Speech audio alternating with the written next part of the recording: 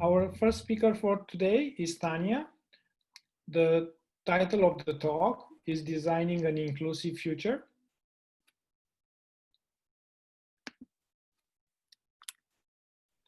Designing an Inclusive Future, Strategic Foresight, Ethics, and AI Governance.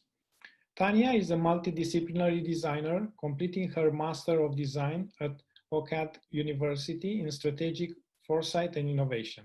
Her thesis work explores an agile, foresight-informed AI governance framework for socially responsible, complex adaptive systems.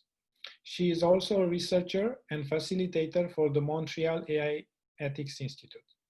Tania is also the co-founder of OUIO, a futures-driven innovation studio, and the co-founder of Abstracta, empowering scholars by streamlining process and innovation via an academic blockchain ledger. So thank you very much, Tania, for joining us. Feel free to start your presentation. Great. So hi, everyone. Thank you so much for having me here. So my presentation introduces some key concepts of foresight methodology and how it can be applied to AI governance and AI ethics. I wanted to try and present this in a more lighthearted way, so please feel free to ask any questions either during the presentation. You can use the chat option and I'll try to answer. And if they're a little bit longer, then I'll try and answer them at the end, and feel free at the end as well to ask any questions you might have. So I'll go ahead and get started. Imagine the best science fiction novel you've ever read. What's it about that book that you loved? For me, I was always drawn to the highly detailed worlds they created. The universes of the mind, as Philip K. Dick called it. Science fiction provides us with visions of the future. In these expansive worlds, we learn of politics, biology, and technological development. But most importantly, we learn of warnings. Foresight is a research-driven practice of exploring possible, plausible, and preferable futures to guide strategy, develop policy, and even mitigate potential long-term issues. Like science fiction, foresight uses world building in creating alternative possibilities. The landscapes that emerge from this work explore potential and unintended consequences of our actions today. Strategic foresight is an action-oriented approach and uses participatory methods to respond to uncertainty. So you can think of it as building a software requirement list. You would consult with your customers to test your assumptions, determine what features they need now and might need down the road, so that your product is as successful as possible and can scale. I'm Tania, and I'm going to talk to you today about how we can use strategic foresight to understand long-term social impacts of artificial intelligence. I spend a lot of my time researching and studying applications of strategic foresight in the AI and ethics space. I just completed my Master's of Design in Strategic Foresight at OCAD University, and I'm also a researcher and facilitator for the Montreal AI Ethics Institute. The Institute's mission is to help define humanity's place in a world increasingly characterized and driven by algorithms. One way that I help to fulfill that mission is by running participatory workshops for the public using foresight methodology. In these workshops, we use foresight methods to help people consider the unintended use cases of AI-driven systems and how we can think through the potential issues before they become real problems. This research is then used to help inform the policies or best practices and strategies that we're working on in a way that captures the public's input and concerns. The research also went into my thesis work, and I'm happy to touch on that later if you're interested in any of the findings from that. So here are some pictures of a recent workshop that I ran at Sidewalk Labs. We had 45 people attend with diverse backgrounds from AI developers to school teachers. Using a foresight method called generic images of the future, we divided the room into 5 groups and asked each group to represent a quadrant of that method. So I'll touch on an explanation of each quadrant, and then we'll go into more detail of this method and other methods used later in the presentation. So one of the quadrants is continued growth. This is where current conditions are enhanced. There are more products, more roads, more technology, and a higher population. In this narrative, you can really think about technology being considered the solution to every problem. For collapse, it's usually some type of collapse leading to a lower stage of development than currently present. So it could be from one factor or many factors. Discipline comes from a desire to preserve or restore, such as values that are important. In this scenario, life is really disciplined around a set of fundamental values. These could be natural, spiritual, political, or cultural. And transform. This focuses on the transforming power of technology and can come through dramatic technological change. So you can think of this as AI eliminating the courts, bureaucracy, many forms of governments, or genetic changes that fundamentally alter nature, for example. Using these world-building parameters of one of the chosen quadrants, we then ask the participants to consider the question of how might we foster an inclusive, responsible, and foresight-informed AI governance approach, with the horizon being 15 years out, so now through 2035. We ask the participants to consider the question in that 15-year horizon, but we also ask them to think about examples of those future outcomes presenting themselves today. For example, one group had selected growth as their quadrant, and they depicted a scenario where everything was open sourced, and this redefined the concept of trust and how governments ran in 2035. We then dug deeper to understand what could be the drivers that could steer these futures into becoming more inclusive. They also discussed the unintended consequences of this open source scenario, such as how would we value work? Who would be educated? It's these kind of conversations that help us consider who may be impacted or negatively affected and how we can mitigate those possibilities today. Strategic foresight can help us understand social impacts, but specifically long-term impacts. How might an AI-driven system affect a community today, tomorrow, and in 20 years? This is an iterative and reflective process and should happen in every stage from conception to regulation. For example, when designing an AI product, a social impact approach could investigate how an app tracking medication of patients will gradually alter the doctor-patient relationship over time. There are 3 overarching benefits to using strategic foresight, and we'll start with anticipation. So to the right, you have the 3 horizon methods, and we'll use self-driving cars as an example. A preferred feature could be the mass adoption of autonomous cars for optimized traffic flow. A 3 horizon method could develop your understanding of the emerging trends in this space that may help or hinder you from achieving your preferred future state. These trends are often referred to as pockets of the future. These are observable practices that may seem insignificant in the present, but have the potential to become impactful. Another way to think about anticipating the future is by using the method to the left. This is called generic images of the future by Jim Dater. This is a method that we described earlier in the workshop slides. And it asks questions such as, what would the future look like in these 4 distinct scenarios: growth, collapse, discipline, and transform?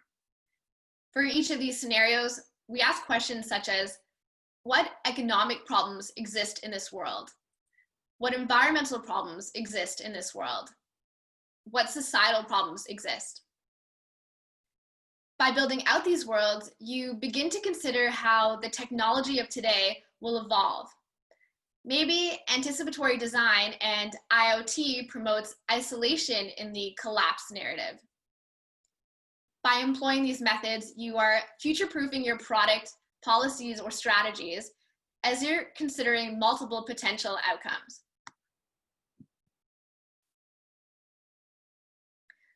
The second benefit to using strategic foresight is the emphasis on inclusion.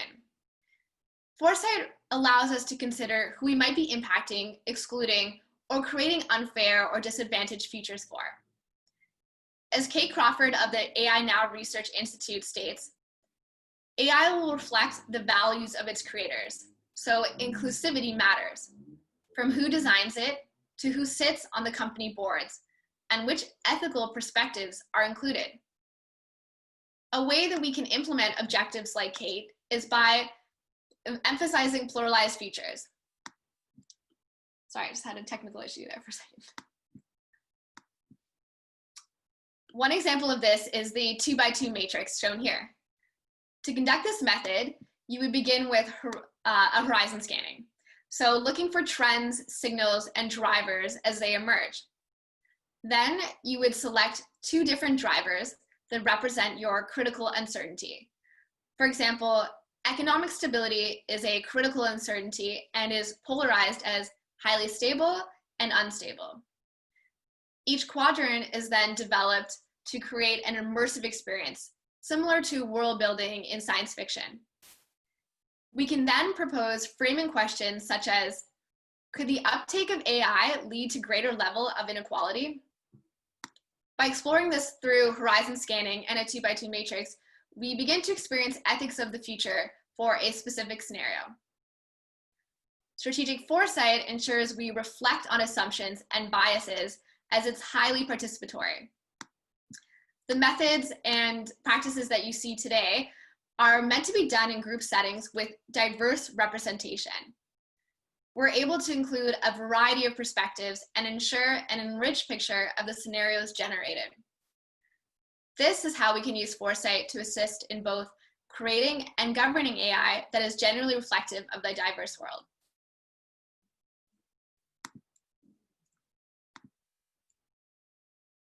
Just need to move slides, one sec.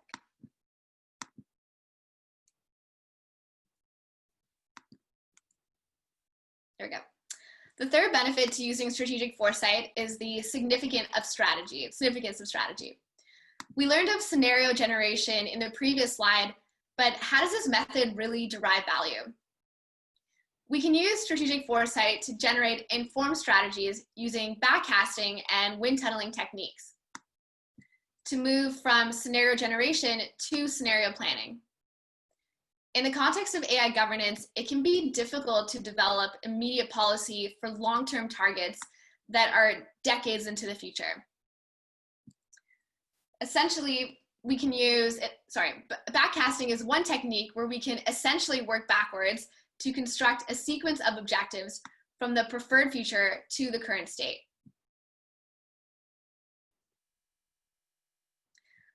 There are additional use cases of foresight. Because foresight is highly multidisciplinary, another way that I've been exploring its use for AI governance or AI ethics is through virtual reality. For example, this model here builds off of some of my earlier explorative models that I had started for my thesis work, but essentially uses VR as an immersive experience for world building.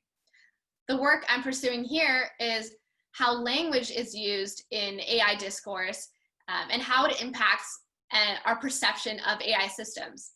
What biases might appear? How does language influence trust? The use cases of immersive storytelling is another avenue that highlights the scenario building or world building method of foresight. The future is infinite. We can use foresight to source plausible outcomes, but not predict outcomes. This doesn't mean that we shouldn't look. You've learned today about 3 powerful applications of foresight. to help you anticipate problems and spot warnings, to design with inclusive participation and perspectives, and to generate informed and robust strategies. Although we can't predict outcomes, preparedness in the face of uncertainty is crucial. Science fiction is powerful because it encourages us to think of the unthinkable. But foresight enables us to make sense of the unthinkable. At events just like this, we're all talking about and creating the future, and it's happening fast. But are we certain of the values and ethics we want our future to hold? This doesn't mean we need to slow down. As Captain Kirk once said, there is no such thing as the unknown. Only things temporarily hidden, temporarily not understood. So let's continue to explore strange and new worlds, but be mindful and reflective of the warnings we're witnessing today. Thank you. And feel free to ask questions now, or if you want me to go back in the slide as well.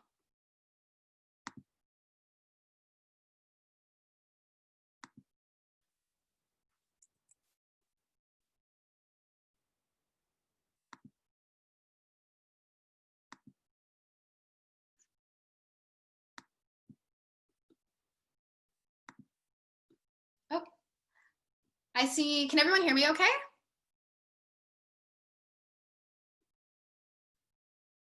Yep. I see one question from B. I'd love to know what are some common misconceptions or mistakes you see people make approaching foresight? That's a great question. One common misconception is that it's used for forecasting. So the study of foresight or futurism isn't meant to be predictive or prescriptive. It's really about exploring the unknown unknowns. So there's no way to predict anything that could happen. That's one common misconception, is that people sometimes think that it's forecasting, and that's not what it is. Other misconceptions are that it's there's only kind of one method for it, but the great thing about foresight is that there are so many different avenues that you can explore. There's strategic foresight that I talked a little bit about today, and there are also experiential foresight, experiential futures, which I kind of touched on too. That's more rooted in science fiction. It's really that avenue of world building. And then there can be, there's participatory foresight, and that's something that I'm really passionate about, that I try to bring into all of my work, and that's really grounded in participatory design. And that's for those who don't know what PD is, participatory design, it's really about participation from everyone, not just end users, from the very beginning, and really strengthens the community as well. So it's a very community-focused approach. From Salim, from your many foresight workshops, what are some high-level themes emerging about AI? That's a great question. So I consolidated a lot of the workshops that I had ran in 2019 as part of my thesis work. And what I found were some of the most common common themes that emerged was this emphasis on trust, this concept of trust and human agency, and that people really need to feel that they can trust in the products or services that they're using, trust in how data is going to be used about them, and that really determines whether or not there's an uptake, and whether or not there's a how do I explain this, but whether or not we're creating a more inclusive future. And that's where I think participatory foresight is really beneficial, is by co-designing that trust from day one. Another emerging, I think I touched on this, but another emerging theme is that human agency, that people want to feel that their needs and wants are heard, and that there isn't this universal kind of blanket approach to how we design with AI. And this is where I think inclusive design practices are really important and really beneficial. So it's not this one size fits all, but it's really about one size fits one, and that we really approach this from a unique perspective, that everyone has unique wants and unique needs. And that's where better utilizing outlier data can really be beneficial here.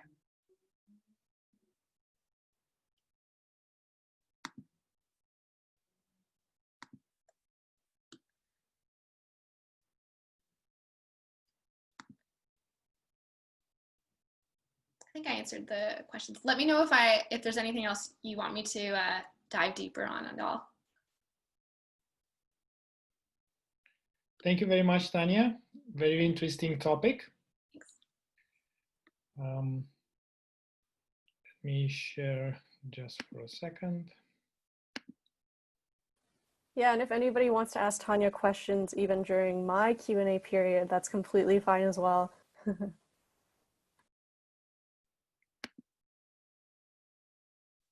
Now, Serena, you can start.